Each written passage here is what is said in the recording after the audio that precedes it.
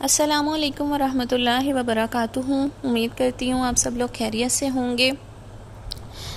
ہم لوگوں نے حیض اور نفاس کے شرعی مسائل میں استحاضہ کے بارے میں کل کافی ڈیپلی ڈسکشن کی۔ ہم سب لوگ یہ جانتے ہیں کہ حیض اور نفاس کی حالت میں عورت کے ساتھ ازدواجی تعلقات قائم کرنا حرام ہوتا ہے، لیکن ایسی عورت جس کو استحاضہ کا خون آ رہا ہو، کیا اس کے ساتھ ازدواجی تعلقات قائم کیے جا سکتے ہیں یا نہیں؟ تو اس بارے میں ہم لوگوں کو رہنمائی آقا کریم صلی اللہ علیہ وآلہ وسلم کے فرمان عالی شان میں کچھ یوں ملتی ہے کہ آپ صلی اللہ علیہ وآلہ وسلم نے فرمایا کہ ایسی عورت جس کو استحاضہ کا خون آ رہا ہو تو وہ نماز کو نہ توڑے، یعنی اگر نماز کے دوران بھی کسی عورت کو استحاضہ کا خون آ رہا ہے تو وہ نماز کو نہیں توڑے گی، اور ایسی عورت کے ساتھ اس کا شوہر قربت اختیار کر سکتا ہے، اور ایسی عورت روزہ بھی رکھے گی۔ یعنی اس حدیث مبارکہ میں ہم لوگوں کو یہ تین باتیں بالکل کلیئر ہو گئی ہیں کہ جس عورت کو استحاضہ کا خون آ رہا ہوگا وہ نماز بھی پابندی کے ساتھ پڑھے گی، اس کو روزہ بھی رکھنا ہوگا، اور ایسی عورت کے ساتھ ازدواجی تعلقات بھی قائم کیے جا سکتے ہیں۔ اب حیض اور نفاس کے دوران عورت کے اوپر کچھ ایسی پابندیاں عائد ہوتی ہیں جو عام روٹین پہ اس کے اوپر عائد نہیں ہوتی، جیسے کہ حیض اور نفاس کی حالت میں عورت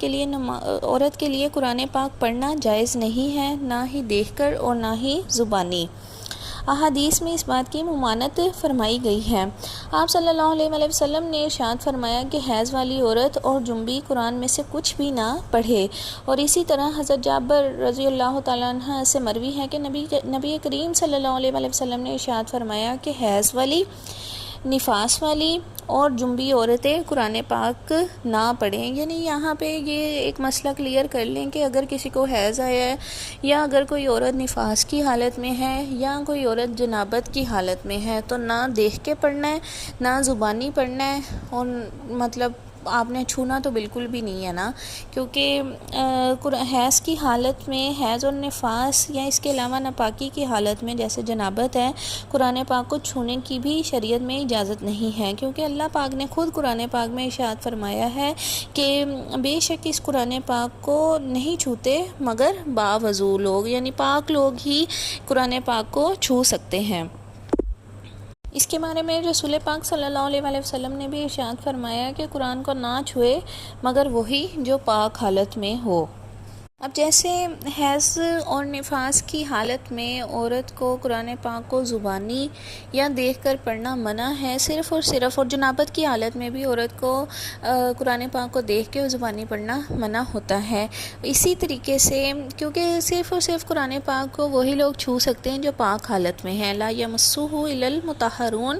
یعنی کہ نہیں چھوتے اس کو۔ اللہ تعالیٰ نے قرآن کریم میں ارشاد فرمایا لا یمسہ الا المطہرون، کہ نہیں چھوتے اس کو مگر وہی لوگ جو پاک ہیں۔ تو اسی طریقے سے مسجد بھی اللہ تعالیٰ کا گھر ہے، حیض اور نفاس والی عورت کے لیے یہ بھی حکم ہوتا ہے کہ وہ اس حالت میں مسجد کے اندر داخل نہ ہو۔ حضرت ام سلمہ رضی اللہ تعالیٰ عنہ بیان فرماتی ہیں کہ رسول اکرم صلی اللہ علیہ وآلہ وسلم مسجد کے صحن میں داخل ہوئے اور بلند آواز سے آپ صلی اللہ علیہ وآلہ وسلم نے ارشاد فرمایا کہ بے شک مسجد جنبی اور حیض والی عورتوں کے لیے حلال نہیں ہے۔ سبحان اللہ! میرے آقا کریم صلی اللہ علیہ وآلہ وسلم نے دیکھے ہم لوگوں کی ہر معاملے میں کس قدر خوبصورتی سے رہنمائی فرمائی ہے کہ حیض والی عورتیں اور جنبی شخص کے لیے مسجد میں داخل ہونا بھی منع ہے، اور اسی طریقے سے حالت حیض میں طواف کعبہ کرنا بھی منع کیا گیا ہے۔ اب یعنی کہ دیکھیں، پاک حالت کے اندر آپ نے قرآن پاک کو چھونا بھی ہے، پاک حالت میں ہی آپ نے قرآن پاک کو چاہے زبانی پڑھنا ہے چاہے دیکھ کے پڑھنا ہے، اور اس کے ساتھ ساتھ پاک حالت میں ہی آپ نے مسجد میں داخل ہونا ہے، اور پاک ہی حالت میں آپ نے خانہ کعبہ کا طواف بھی کرنا ہے۔ اب جیسے کہ ہم لوگوں نے شروع میں بات کی کہ اگر کسی عورت کو استحاضہ کا خون آتا ہے تو اس کے ساتھ ازدواجی تعلقات قائم کیے جا سکتے ہیں، جبکہ حیض اور نفاس کی حالت میں میاں بیوی کا ازدواجی تعلقات قائم کرنا یعنی صحبت کرنا قرآن پاک کے مطابق حرام ہے۔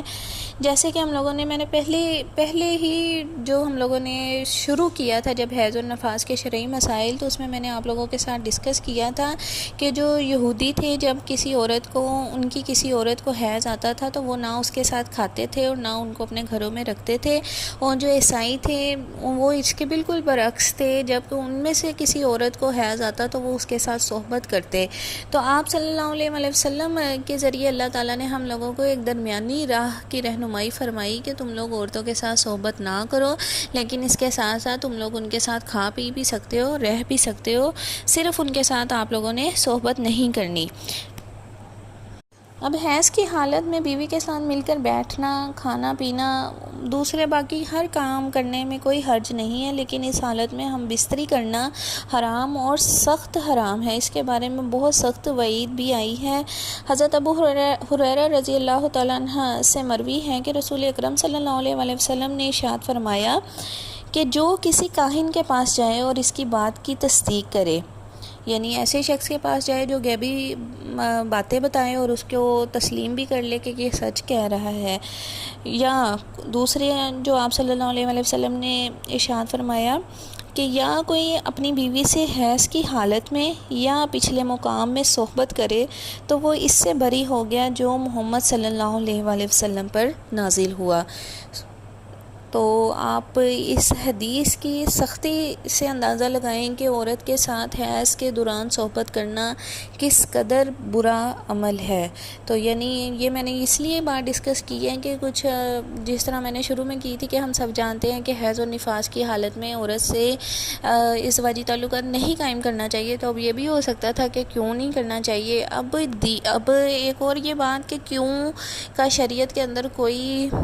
سوال نہیں اٹھتا۔ ہم لوگوں نے وہ کام کرنا ہے جس کا ہمیں اللہ تعالیٰ نے اور اللہ تعالیٰ نے اپنے رسول صلی اللہ علیہ وآلہ وسلم کے ذریعے ہم لوگوں کو جو حکم دیے ہیں، جو احکامات دیے ہیں، ہم لوگوں نے اس میں کیوں، کیا، کیسے، یہ سوالات اٹھانے ہم لوگوں کو سوٹ نہیں کرتے۔ جو ہمیں حکم آ گیا ہے ہم لوگوں نے اس کے اوپر آمین کہنی ہے، اور ہم نے ان چیزوں کو اپنے روزمرہ کی زندگی میں ان چیزوں کا خیال رکھنا ہے کہ ہم لوگوں کو کن چیزوں سے منع کیا گیا ہے۔ قرآن پاک کی سب سے پہلی جو سورۃ البقرہ کی آیت ہے کہ ذالک الکتاب لا ریب فیہ ھدی للمتقین، کہ یہ وہ کتاب ہے جس میں کوئی شک نہیں ہے اور یہ ہدایت ہے ان کے لیے جو پرہیزگار ہیں۔ اب پرہیزگاری کا کیا مطلب ہے؟ ان چیزوں سے رکنا جن سے منع کیا گیا اور ان چیزوں پہ عمل کرنا جن کا حکم دیا گیا ہے۔ یعنی یہ جو قرآن پاک ہے نا، یہ آپ کو تبھی بینیفیشل ہے۔ سب سے پہلی آیت ہی کتنی خوبصورت ہے کہ یہ ان لوگوں کے لیے ہدایت بن کے آیا ہے، یہ ان لوگوں کے لیے ہدایت کا سرچشمہ ہے جو متقی اور پرہیزگار ہے، یعنی ان چیزوں سے رکتے ہیں جن سے انہیں منع کیا گیا ہے اور ان چیزوں پر عمل کرتے ہیں جن کا ان کو حکم دیا گیا ہے۔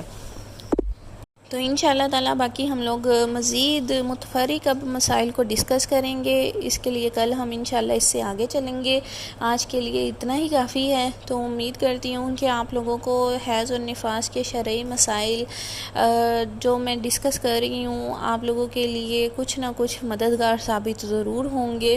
اللہ تعالیٰ سے دعا ہے کہ اللہ تعالیٰ ہم لوگوں کو دین کا علم سیکھنے والا اور سکھانے والا بنائے اور اس پہ عمل کرنے والا بھی بنائے۔ اللہ تعالیٰ ہم لوگوں کا دین کے معاملات میں، دین کے تمام امور میں حامی و ناصر ہو، آمین۔